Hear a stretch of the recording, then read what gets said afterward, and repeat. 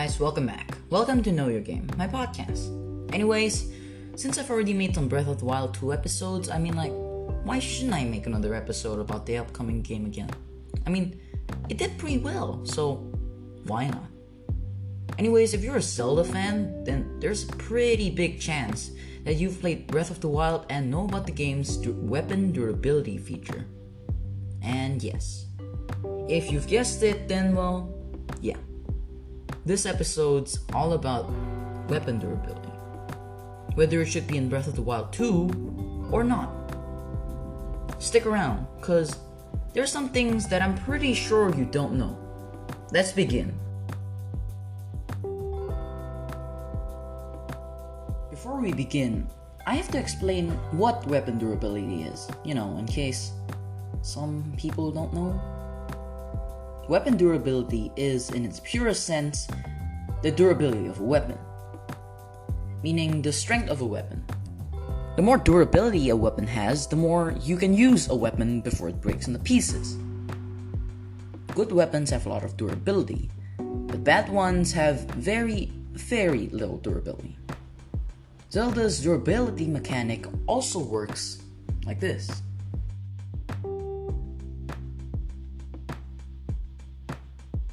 The weapon durability feature in Breath of the Wild is both good and bad at the same time. Let me try and explain all of them. One good thing about the feature is that it's actually really smart. In a world where almost everything I guess, is in ruins, it's obvious that weapons should also be damaged. In Age of Calamity, the game where Breath of the Wild didn't happen, where they actually won against Ganon on the first try, weapons don't have durability because nothing got destroyed by Ganon.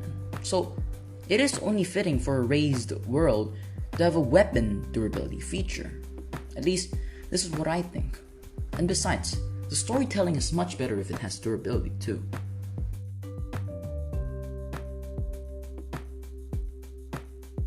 Having a weapon durability feature in a game obviously makes you focus on your weapons more, and I like that. It makes you more planning, which doesn't just help you in the game, but also in real life. With a weapon durability feature, you also have to plan on which weapon you use to defeat which enemies. So, you don't break a good weapon on a weak enemy. So, it's a good feature, but again, this might just be me. Anyways, Zelda games have never have this feature, so I guess it's a pretty new thing too. And let's just say, people absolutely love new things, no matter how bad it actually is. At least for a while.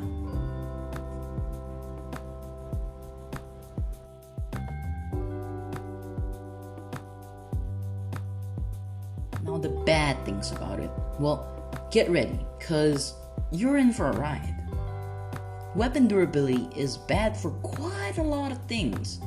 For example, you don't know how many more hits are left on your weapon.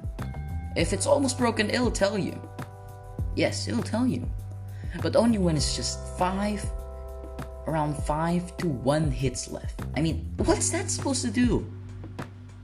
Another thing is that ancient weapons, the weapons that are made of ancient materials that came from 10,000 years ago, that's supposed to be able to kill guardians, well, it breaks easily. If it lasted until now, then it should be really durable. How could it break after a few hits? That's just impractical. Sure, you could argue that old weapons can break easily. Yes, I know. But ancient things doesn't necessarily mean from ancient things. You can also make ancient weapons from old materials, but it's a new thing. And it still breaks easily. It's just impractical.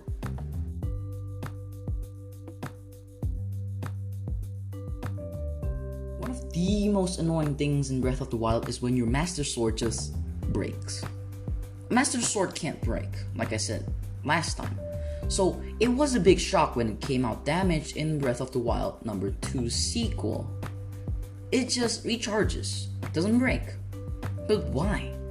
Why should it recharge only after it breaks? That's just weird. I mean, if only they can recharge in your hand, that would have helped us a lot.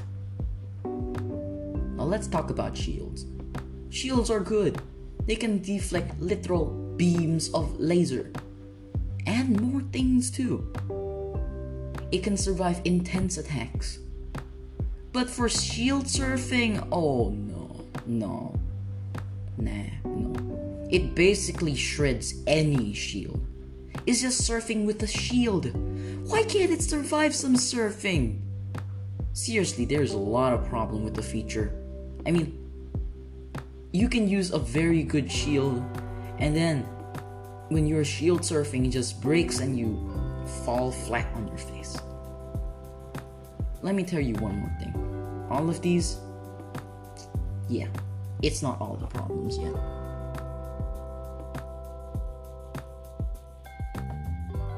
Let's say I have my own fair share of bad memories because of this feature, and since it's relevant to this episode, well, why don't you hear about what I gotta say first? Now, let me just say I'm a hoarder. I got a brand new eraser or something, I don't touch it. I just leave it alone, keep it safe. The only time and place where I would use it is only when I can't find any eraser. And when I say any, I literally mean any. Then, and only then, would I use it. Although with extreme gentleness, as if it's a little baby. Oh, and if I play Breath of the Wild, well, let's just say it increases my inner hoarder by 100 times. Maybe even more.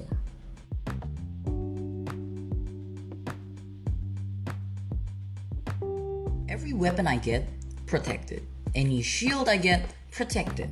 Any bow, protected. Well, you get it. I had to buy more storage space for my backup swords. Just for backup swords.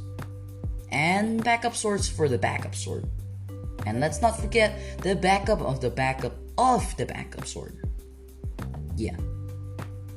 Basically, I just loot things, get the cool weapons, and instantly keep it for myself like the greedy dragon I am. I rarely use the hoarded weapon too. I mean, the claymore that we got from the Gorons, and the spear that we got from the Zoras, the bow from the Ritos, and the weapon set from the Gerudos are antiques. I mean, precious artifacts from the dead champions. I mean, we can't just use them for weapons. That's just dishonorable. You get me? So, I did what anyone with a brain would do. I bought a house just for the weapons. At least I can sleep in the bed in the house. Anyway, basically, to counter my hoarder, I had to find multiple non-special weapons that I can use regularly without fear of it breaking. And I gotta say, it wasn't easy.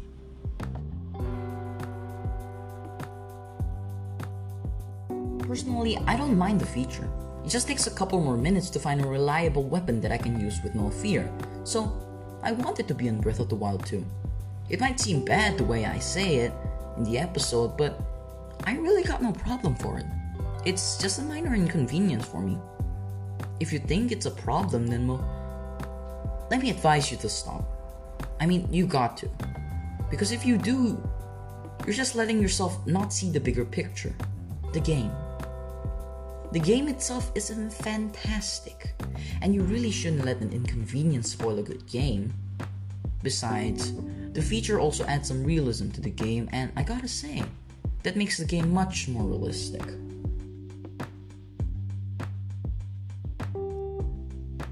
Most people also don't mind it, and well, believe me, I've asked some people. So yeah, the discussion's complete. We should just add it. I mean, it's not much of a bad thing, it's actually more of a good thing. Anyways, the discussion is complete in this episode. I mean, the war on whether the feature should be in the sequel or not is still raging on quite hard. I do hope it ends soon, but unfortunately, I really can't see any end to it. However, one thing should be added if it got added. More durability. Nintendo, if you're listening, please just give us more durability for our weapons. I don't care if it's swords, shields, or bows, just give us more durability, please. I really can't see my best weapon just break. It's sad. Either that or give us things in Minecraft where you can see how much durability a weapon has left. I really do hope that. Please. Anyways, you've reached the end of the episode. Comment on whether you want it to be implemented or not. I'd be happy to know what you think. Also, comment on which topic I should do next too. And let's just say, if it really did get chosen by me, well, you'll get a little shout out. And that's a good thing. Alright gamers, that's all for this episode. Goodbye, and well, see you next week.